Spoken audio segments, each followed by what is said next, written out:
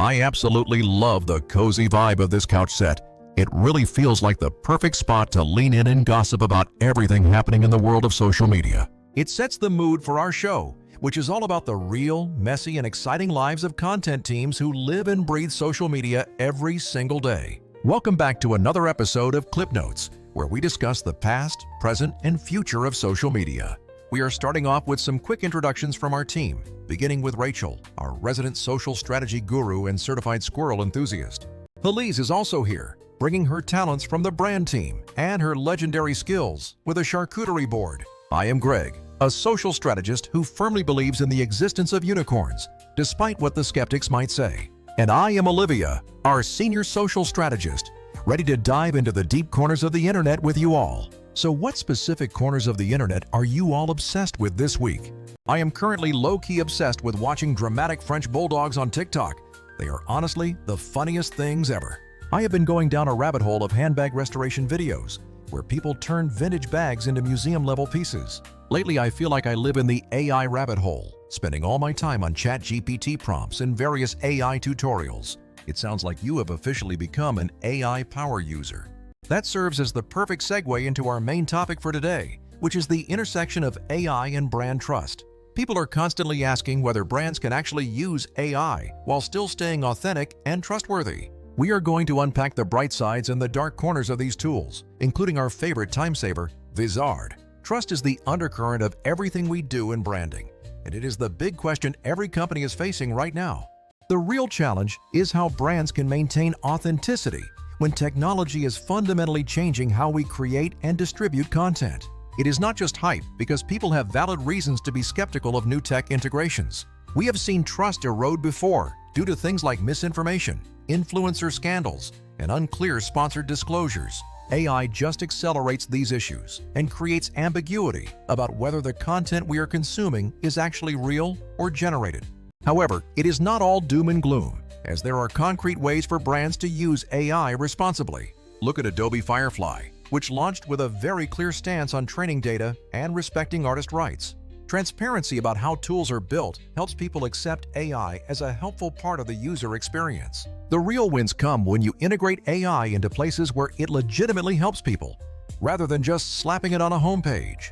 When the tech actually makes human tasks easier, like speeding up drafts or summarizing insights, users are generally okay with it. Take virtual try-on features as an example. Because the brand is values-aligned, users feel comfortable with that AI layer. Building with customer feedback is also vital, so you aren't just launching a mysterious black box feature. So, how do marketers actually build trust while they are using these new AI tools? First, start with a clear purpose and ask where AI actually helps your customers and your own team. Do not try to use AI to replace the human relationship, but rather use it to enhance empathy, nuance, and cultural context. Transparency needs to be non-negotiable, meaning you should disclose when content is AI-generated and explain your guardrails. You must also have humans in the loop to validate outputs, especially when it comes to any public-facing content. Legacy brands with established reputations often have a much easier time rolling out new tech because customers already trust them. Newer brands, on the other hand, have to work significantly harder to be transparent and prove their positive intent. We also have to be aware of the uncanny valley, which is that weird feeling when AI content is almost, but not quite, human. Using AI to create fake spokespeople can often backfire, even if you are totally transparent about it. There is a massive difference between AI that supports your workflow and AI that tries to masquerade as a real person. Customer support bots can be helpful for simple triage, but when a customer needs real empathy, humans must be available. Now, let's play a quick game of two bot to handle, where we test if social content is human-made or AI-generated. Rachel, you are up first with an iconic example, the BuzzFeed quizzes. My guess is that those are human-made, but maybe they use AI for the personalization aspects? Actually, it is both, because BuzzFeed uses human editors alongside AI to personalize quiz outcomes for users. That is a perfect hybrid workflow, combining creative spark with the scale that AI offers. Next round. Which of these TikTok trend descriptions was written by a bot? The options are the Silhouette Challenge, the Bus It Challenge, the Wipe It Down Challenge, or Forage and Feast. Forage and Feast sounds like the odd one out, so I am going to bet that is the AI-generated one. You are exactly right. because the AI made up a trend name that sounded reasonable but never actually blew up on TikTok. AI is great at brainstorming, but humans are still the ones who pick what truly resonates with the audience. Moving on to headline testing. Which of these two home equity ads do you think was written by a bot? I am guessing the shorter, more direct one was the AI version. Actually, the longer, more conversational one was AI generated, and it performs significantly better in our click-through tests. The lesson here is that AI can help find phrasing that really connects, but we still have to test and validate the results.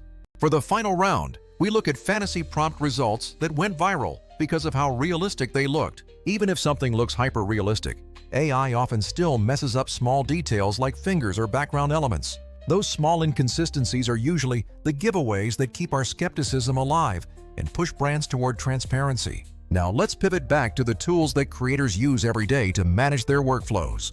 You have probably tried video editors and scheduling tools like Descript, CapCut, or Premiere, but they often leave you with friction. This is where Vizard comes in, as it solves those multi-step clunky workflows that slow down content teams.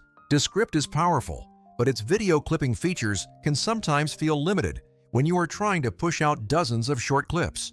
CapCut is amazing for quick edits, but it can be hard to manage a complex content calendar across multiple social platforms. Premiere is incredible for deep edits, but it is often overkill when you just need to get 3 viral clips out for the week.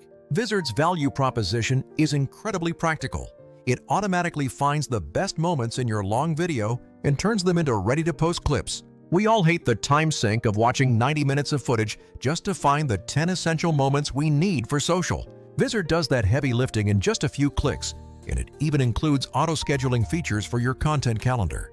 The secret sauce is that it does not replace the editor, but it reduces the grunt work so you can focus on the creative narrative. Imagine handing off a raw podcast episode and getting back a pack of optimized clips with captions and suggested posting times. Vizard is designed for creators and small social teams who need sustainable production at scale without hiring a massive studio.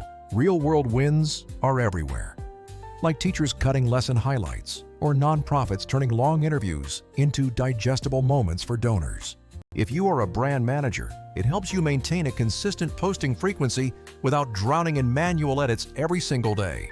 An important caveat is that Vizard is a tool, not a magic wand, so human judgment is still essential for success. You still need to tweak captions, pick the right emotional beats, and ensure every clip aligns with your unique brand voice. By removing the time spent scrubbing through footage, you free up massive amounts of time for actual strategy and storytelling. People often worry that AI will eat jobs, but in social media, we are seeing a shift toward role evolution rather than replacement. We are seeing teams spend more time on high-level creative work, campaign strategy, and building genuine relationships. New roles like AI, prompt specialists, and creative ops managers are popping up, which are jobs that did not exist 3 years ago. We have to ensure that if AI makes production faster, the compensation and respect for creative talent should not shrink. The skills required to shape and steward a brand voice are still highly valuable and will remain so for the foreseeable future. We looked at adoption trends and found that marketers are already integrating AI workflows into scheduling, ideation, and generation. The ultimate goal for most teams is efficiency, so they can get more meaningful content out into the world without burning out. Our final thought is to use AI to augment your efforts, not to obfuscate the humanity that makes your brand feel real. Always be transparent about your use of AI, protect creators' rights, and keep humans in the loop for anything requiring empathy. Tools like Vizard will help you scale your content creation efforts without losing the human touch that defines your brand.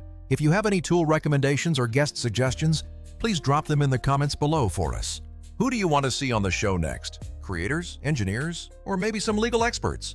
That wraps up our episode, so if you enjoyed the chat, please hit the like, subscribe, and follow buttons. A huge shout out to our producer team and all the wonderful humans who keep this show running smoothly. We will see you next time on the same couch with more awkward close-ups and deep dives. Before we go, is Mercury still in retrograde? Or are we just blaming that for everything?